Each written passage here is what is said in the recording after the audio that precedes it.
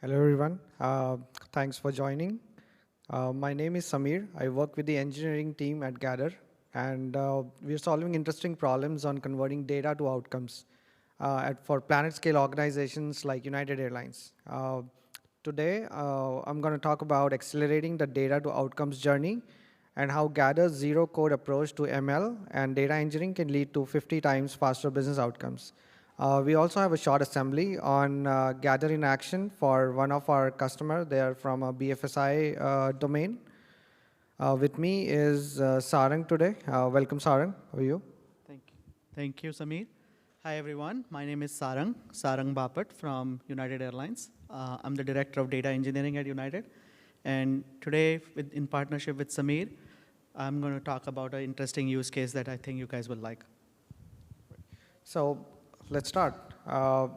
Before we begin, I have a question for you, Sarang. So given your experience working at United Airlines for so many years and creating data products, what, according to you, are the top 3, 4 areas of interest or key areas for data engineering at United? Wow, that's a tough one. I'll try my best, okay? So what I see is that things are changing very rapidly in travel and aviation industry. And especially in the past 3 years, if you remember, there were certain days in April 2020 where we had less than 400, 500 customers. We had more pilots operating the flights than customers because of pandemic. Now, that's just one case that we had, right? But that led to a lot of innovation-driven requirements that our customers within internal customers came up with. And what drove that is need for a faster time to market. Whatever we were building, we wanted to build it fast, build it quick, build it on real-time data. We gone are those days where you would want to get some reports the next day and then take some action on it. We wanted to take action in that same moment. So that's probably the first one that I would say, Samir. The second one is, during the pandemic, one of the key problems that we faced was getting the right skilled resources. So we wanted something that would help us in developing things faster with minimum code to be written and reusable frameworks that we want to implement on a product. And the last one I would say is more around machine learning, right? We see the power of AI and ML more recently with generative AI, and we want to make good use of all of these different things in the analytics space and create some data-driven products, data and analytics-driven products that help our customers as well as our employees. So I would say those are my 3 things. Interesting thought. When we talk to our partners and customers, we also see recurring themes. People want to manage the risk associated with stale data. They want instant gratification. They want to understand how a change in data pipeline impacts their outcome and then have that feedback loop going into the system again to make adjustments to their business processes. We see a need for self-service. We have people talking about self-service like yourself as well. Overall, our customers are looking to control the cost associated with analytics. They want to drive affordability of analytics. They want to be able to do more, much faster, much more frequently. Now, another interesting thing you talk about is skill diffusion. We have seen job roles morph across different domains for quite some time. We want to do more things, more diverse things with the same staff that we have. Right? So given this background, when any data engineering or platform team tries to implement a use case from data to outcomes, they're likely to solve certain key challenges, and in it lies the opportunity to build key platform features. The foremost challenge that people try and solve is multi-data source ingestion. How do you, with the kind of variety of data that you have in the system, streaming, batch data sets lying across file systems, cloud, data warehouses, legacy systems, how do you get all of this data together, create a data model, feed it into, hydrate your data lakes? How do you get all of that, whether it's streaming or batch? And basically what you need is a unified platform that can do real-time as well as batch analytics and feed it to machine learning models. The next thing, once you've sorted out your data ingestion, the next thing that you want to worry about is how do you ensure privacy control? How do you make sure that your data sets have the right data quality rules built into it. All of this needs to be available in a self-service fashion. These need to be reusable across the organization. They need to be available out of the box in a self-service, self-contained manner. We don't want to be hand-coding every time a new business rule edit needs to be made. Those need to be available for people to choose and see what business rules apply to what data sets. The next important thing that that platform teams deal with is how to solve evolving use cases. Now, once you start from data to outcomes journey, you have a use case which is always evolving. How do you bring in that developer discipline, collaboration? How do you make your ML engineers talk to your data engineers, make sure that you're able to do faster iterations over your business use case? You're able to push more things to, bronze, silver, gold, those kind of layers without having to sacrifice the ease of use. Now, what we assert is having a visual interface for these pipeline, so to speak, design always works better because it brings in that developer discipline. Multiple people can collaborate on a use case on a single platform. Now, once, let's say you've assembled a data pipeline, you've brought in the data, you've done data quality, data privacy checks, you've managed your, hydrated your data lake. Now what you want to do is, let's say you have one successful template. How do you make sure that the time and effort that has gone into building that use case, it doesn't require, the next iteration doesn't require the same amount of time and material? We need to be able to templatize solutions that work and carry them across different business units. We need to be able to manage upstream and downstream interaction as well. Now, we need to have a platform that enables continuous engineering for data pipelines. Now, all of this is true for data engineering flows. What do you do with ML? A right platform would have the capability to have MLOps or have MLOps built into the system so that you can train models on demand, you can automate model training, creating versions of the model, knowing what models work for you, what do not work for you, how to make model adjustments, have that feedback loop built into the system, or rather the platform, to enable these kind of things.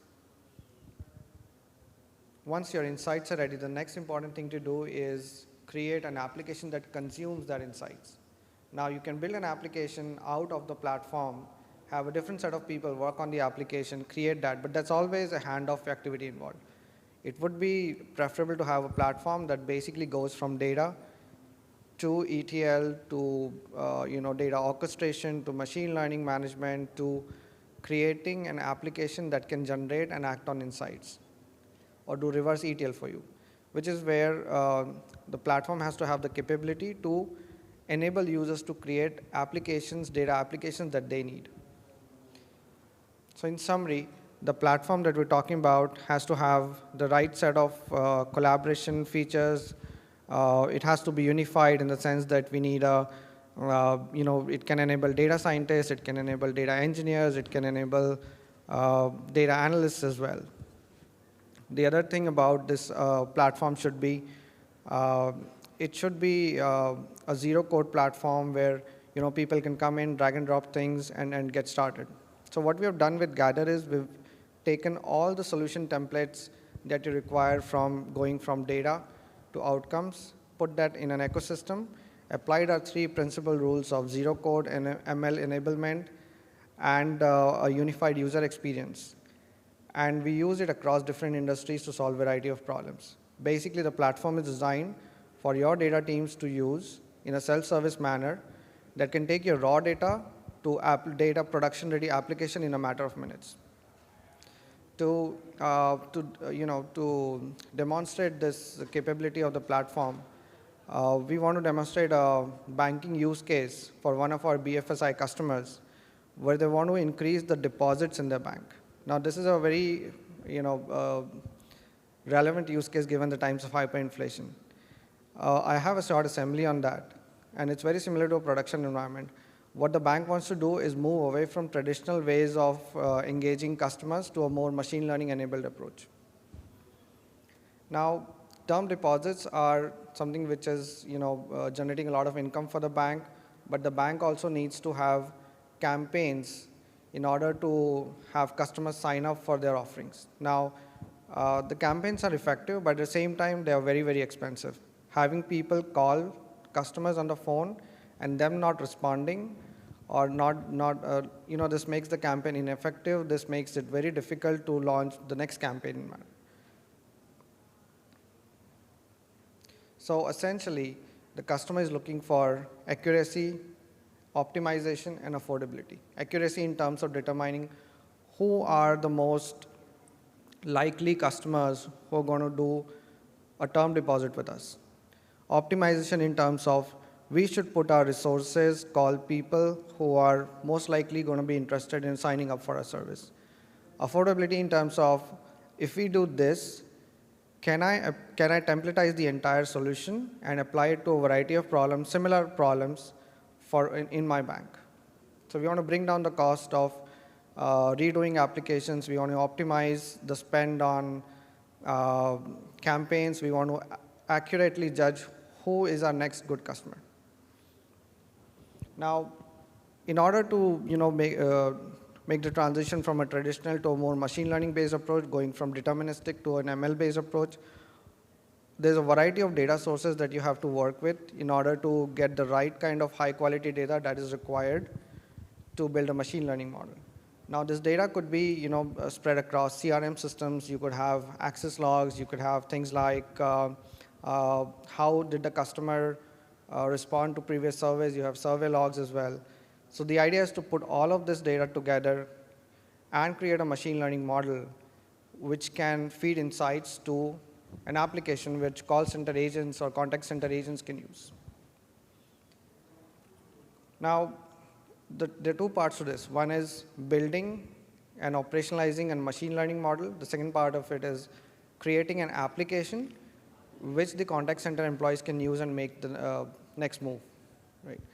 At a high level, what we have done is, from a business point of view, we've taken all the data residing in different applications or storages like CRM, call center logs, merged structured data with unstructured data, sometimes lying in file systems, to databases, to data warehouses, to maybe external web services calls, to enriched with syndicated data. We create a machine learning model by applying things like encoding, vectorization, all of that. Finally, feed the insights to an application that can consume those insights. And once the person on the phone uses the application, they can actually give you feedback on whether the person you suggested to call is interested or not interested. So we have a feedback loop which will help the decision makers make a call on whether the campaign is effective. What changes do we need to make on the campaign to make it more effective? Do we need to have a different strategy? So the business outcome for this could be we have a new strategy for this. The next part of the solution is once you have the model, how do you operationalize it? The similar template of creating a model also applies to operationalizing the model. You still need all the data. You can apply certain data quality rules, privacy rules, merge all the data together, use the machine learning model that got generated in the step one, and then use different versions of the machine learning model which get automatically reflected in your data engineering flow, and then generate insights on that. So before we go into how the application looks like, rather than starting from data to outcomes, I want to show you the outcome first. So this is a contact center management application, campaign management application that we have generated. The business requirements were pretty simple. They wanted an interactive dashboard where they can see the impact of the campaign, an interactive application where they can see the impact of the campaign, and they wanted their contact center employees to be able to take action on this application. And so that the data stays relevant, it can feed into different systems. So what we have done is we have used Gathr's Web Studio to create this application. Now, we have a Web Studio that can help you create all of this without having to write any line of code. You can create interactive two-way applications using which a contact center manager can look at the performance across number of days, across geographies. They can visually inspect what areas are working well for them, where is the data science model not working for them, and things like that. Additionally, what you see on the screen here is the confidence percentage that you see in the lower half. That's getting generated by the data science model. It tells you who is more likely to buy your service. So what the contact center employees can do is, if you have multiple categories of campaigns, let's say calling somebody, mass emailing, sending text, you can decide who you want to target first. In this case, the high confidence cases, you might directly want to call them. What this allows the contact center employees to do is, once they finish the call, they know what the response is going to be, what the response is, they can take the next action. They can integrate, let's say they can send a notification to send the documents, they can invoke, which will invoke a business process automation flow in the background. So you cover the entire data to outcomes flow by not only reaching out to customers, also taking actions on that, and then feeding it to the next in line processing. So Samir, I have a question for you. In our contact center, obviously we have different segmentation of people calling us, right? People could be at different mileage plus status levels, people calling for different reasons. Someone might be calling for a delayed bag, or someone calling for a canceled flight or something like that. Mm-hmm. But my agent's requirement at contact center is we want them to have the most updated information. Is this dashboard going to be in real time? Oh yeah, this is all real time. So you can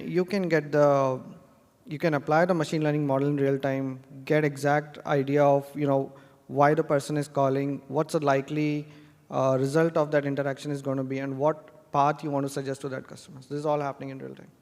That's awesome. So once you've seen the application, now let's look at what's happening behind the scenes. Now this dashboard is getting powered by a machine learning algorithm. How do you build one using Gathr? How do you build one without having to write any line of code? So we use the same web studio. You can basically create a machine learning model by, again, using the same web studio, dragging and dropping different data sources that you want to create the model with onto your canvas. You can basically do multiple joins, figure out which data quality sets you want to apply on this data, and then finally you want to train a machine learning model. Now the way to do that is the same. You can drag and drop the machine learning model on the screen. You can choose the important features that you want out of that model. You can do hyperparameter tuning. You can you can basically do all the pre-processing steps that you need on the model right here on the UI. Once the model is ready, it will be available for your data engineering flow to use. You can schedule this model to run every few hours or based on certain conditions. You can automate machine learning model creation, and you can also look at the performance statistics of that model. In this case, we're using a random forest binary classifier, but it could be any other model as well. I have one more question for you. Sure. Can I bring in my own custom model in this? You can. You can use a variety of modeling techniques. You can build your model offline as well. And once your model is ready, you can register the model with the data pipeline flow, and it will get imported in the system, and you can execute your data on top of that. Does that include generative AI, LLM models? You can make outbound API calls into things like Bard or OpenAI systems as well. So once the model is available, what we want to do next is operationalize this model. Now, the model could be regenerating every few hours or every few days based on, or maybe automatically as well. So once a model is available, you can look at the model statistics. You can figure out whether it is working for you or not, what kind of features went into building that model, and what should be the version of the model that you want to use. Right. So how do we operationalize the model? Same way as model creation, you can templatize the model creation pipeline, convert it into a model prediction pipeline. Same kind of steps, get all your data together, join different data sets, apply data quality rules, put some additional rules. For example, in this case, we don't want the contact center employees to get information on what is the telephone number of the customers. If certain things that you want to mask, you can apply data masking as well. Once you're ready, you can drag and drop the model on the screen, and you can define what would be the output of your model. You can consume the predicted values from the model and either store those values or push it to a dashboard. Now, what I want to emphasize is the same pipeline that does the model creation can be templatized to predict data from that model. Very few lines of, not even any line of code, actually very few clicks maybe, and your model execution pipeline is ready with the addition of a couple of processors.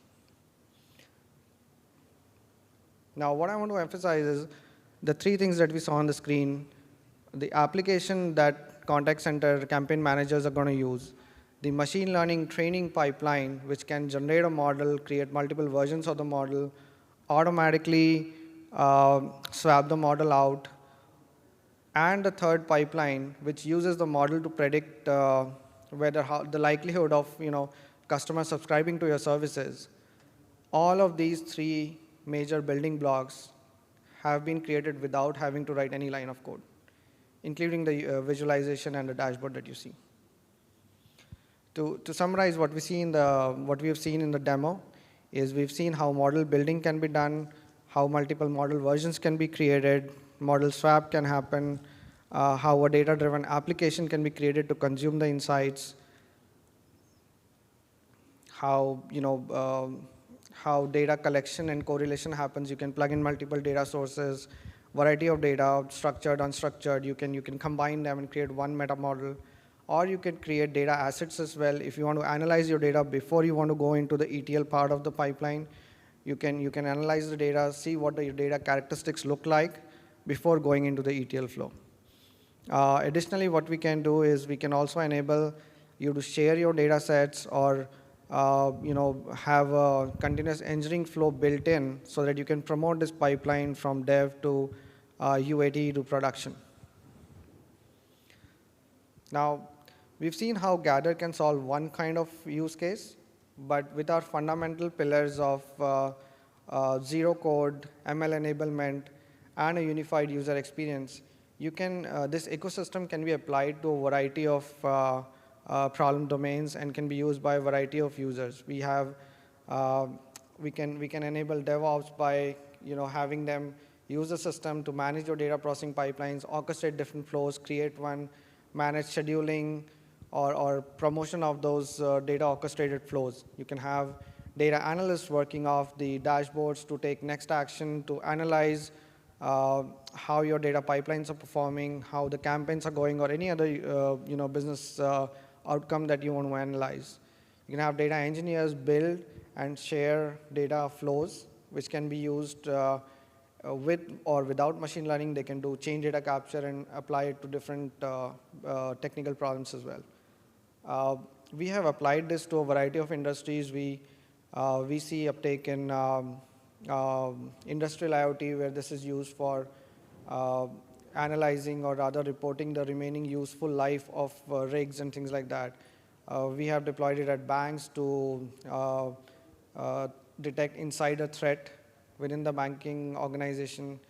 We have used it at airlines to analyze real-time data and improve customer experience.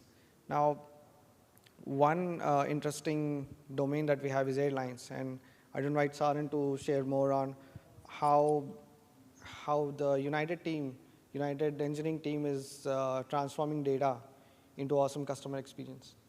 Thank you, Samir.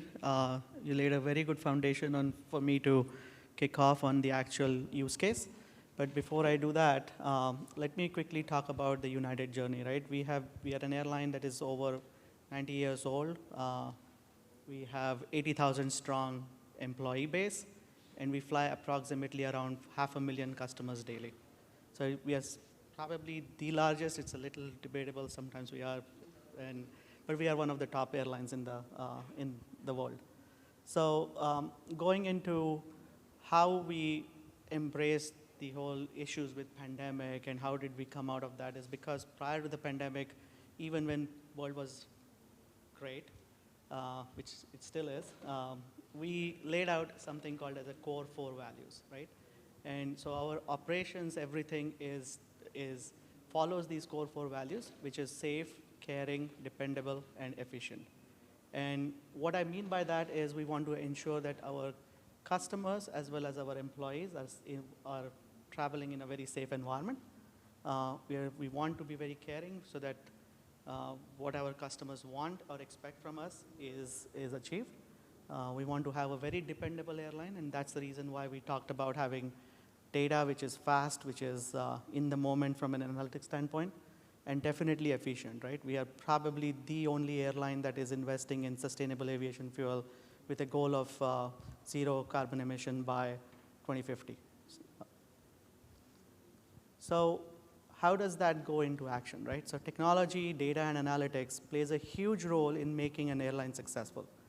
And where we started off is starting to build a vision of centralizing all of our data into one ecosystem. Our data comes from almost like 40 different departments, 40 different domains. We have roughly around 2,000 users who consume our data, and varying from various different places, right? Some of that is internal data, some of that data comes from FAA, something comes from IATA, something comes from schedules and other things that come from other airlines. So bringing all of that data into one ecosystem was the most important part, which is what we started off with, centralizing our data in AWS. And Gathr plays a huge role in bringing all of that data into the platform. Second thing, what we wanted to do is we wanted to do it at scale. What I mean by that is, around the pandemic, around the last 2-3 years, prior to that, we were totally on-premise and roughly around 200 terabytes of data. Just in the last 2 years, we are at about 5 petabytes of data already. Bringing data from so many different systems, following a lakehouse architecture, we store all the data in the data lake, but make it actionable in the data warehouse. The last and most important, how do you make all of this data actionable? By unleashing analytics. We started off with having a centralized team for analytics, but very soon realized that that is not going to be enough. We need that whole analytics ecosystem to be spread across the company. And the best way to do that is to train people in various different areas, whether it is people in our network planning team, revenue management, loyalty, finance, whoever that is. Provide them with the proper tools and make sure that they use our data and generate insights, because they know the business problems the best. The vision converted into a data strategy, data and analytics strategy, of moving to cloud. We started building all our data assets, frameworks, and the platform to begin with. We wanted to make sure that our platform is highly secure. We followed all our security guidelines within the industry as well as internal to United, and made sure that our data is safe and secure. We wanted to make sure that our data is highly reliable and durable. We are working towards a DR-like solution, cross-region replication, and all of that will come up. I'm pretty sure people who are working on these kind of issues know how difficult it is to do cross-region replication, right? So I'm banking on Gathr to help us with doing that. And most important, last one is enable self-service, like I talked about, with all these different departments to support us. And all of this is being done with the vision to bring in the moment actionable insights. That's the goal. So as I said in the previous slide on the strategy, a strategy led to building the platform itself. So we started, like I said, a platform on AWS. We created a framework that we call as ICON, which stands for ingest, catalog, optimize, and notify, because all 4 things are equally important. Catalog is heavily important if you want to unleash analytics and make it a self-service driven analytics ecosystem. We have a data lake, which is on our S3 buckets, a data warehouse, which is on Redshift. But for our data processing, we are largely using Gathr.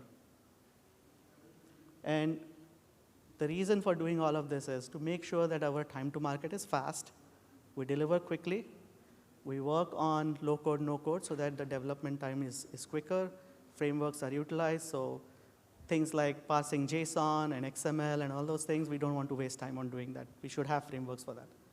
And doing all of this with having the proper monitoring and alerting. The observability is equally important, right? So how do we ensure that we make sure that if my pipeline is failing, I have an alert system in place that Gathr is going to provide us? And last but not least, it should be easy for training our users, our people who are our developers, engineers who are writing all of these pipelines, whether it is batch or streaming. So let's get into the actual use case, right? So this is not the only use case that we have done on our platform. We have plenty of use cases, people who have flown in the last few years, especially in the pandemic era. You might have heard about a product that we created called Travel Ready Center, where customers were required to upload their COVID testing results. And that was mandated, obviously, by the government. But what we did was that using products like Gathr and making it near real time, the customer was able to upload their OCR or their documents. And using AWS technology like TextRact, we were able to pass through that document, understand whether the test results are positive or negative, and immediately respond back to the customer that they are travel ready or not. Why was this important?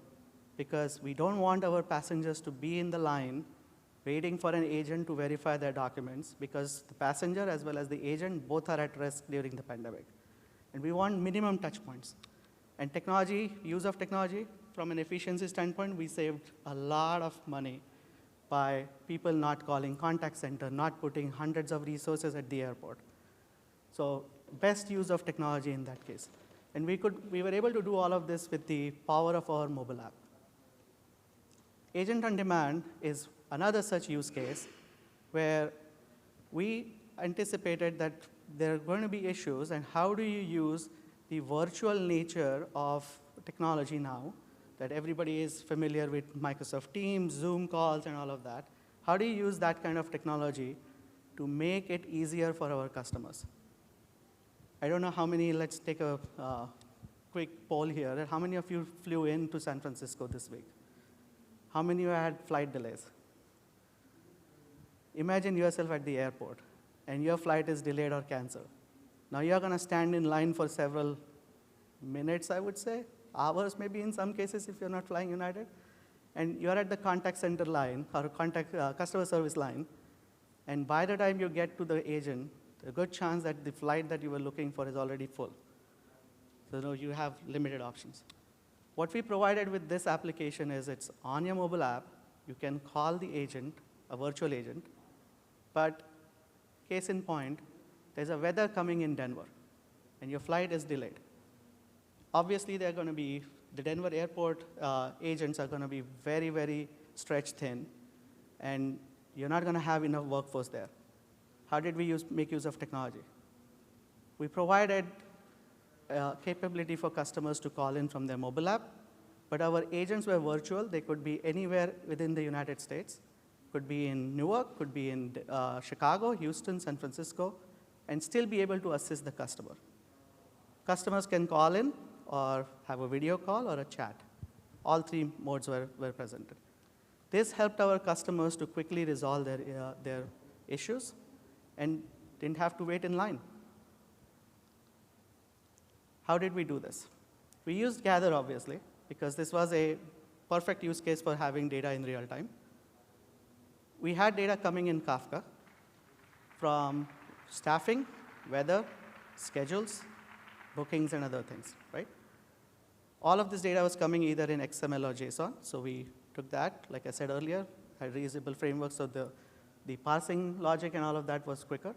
Next, we wanted to enrich that data with joining all of this data together, correlate it, make sure that we want to generate insights out of it, and then feed it into a system that can then relay it out to actions.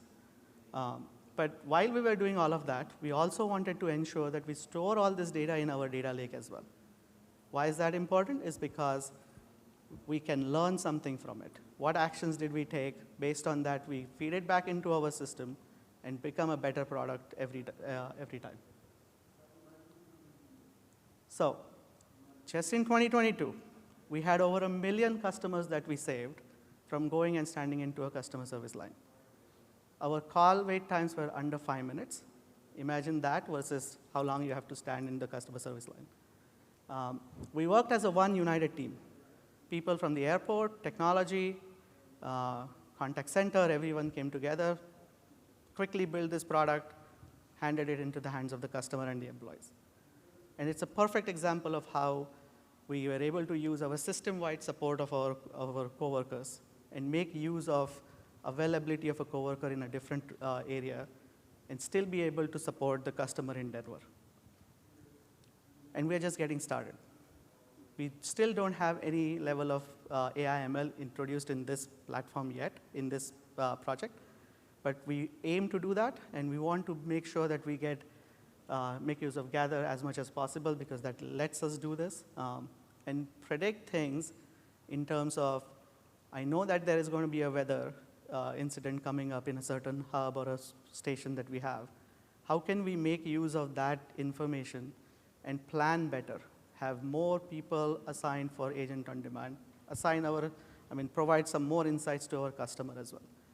Cancel our flights earlier if we can, right? So that gives, I think the worst thing for anybody is to go to the airport and then realize that your flight is canceled. If we can let the customer know ahead of time, it's not acceptable, but it's generally okay.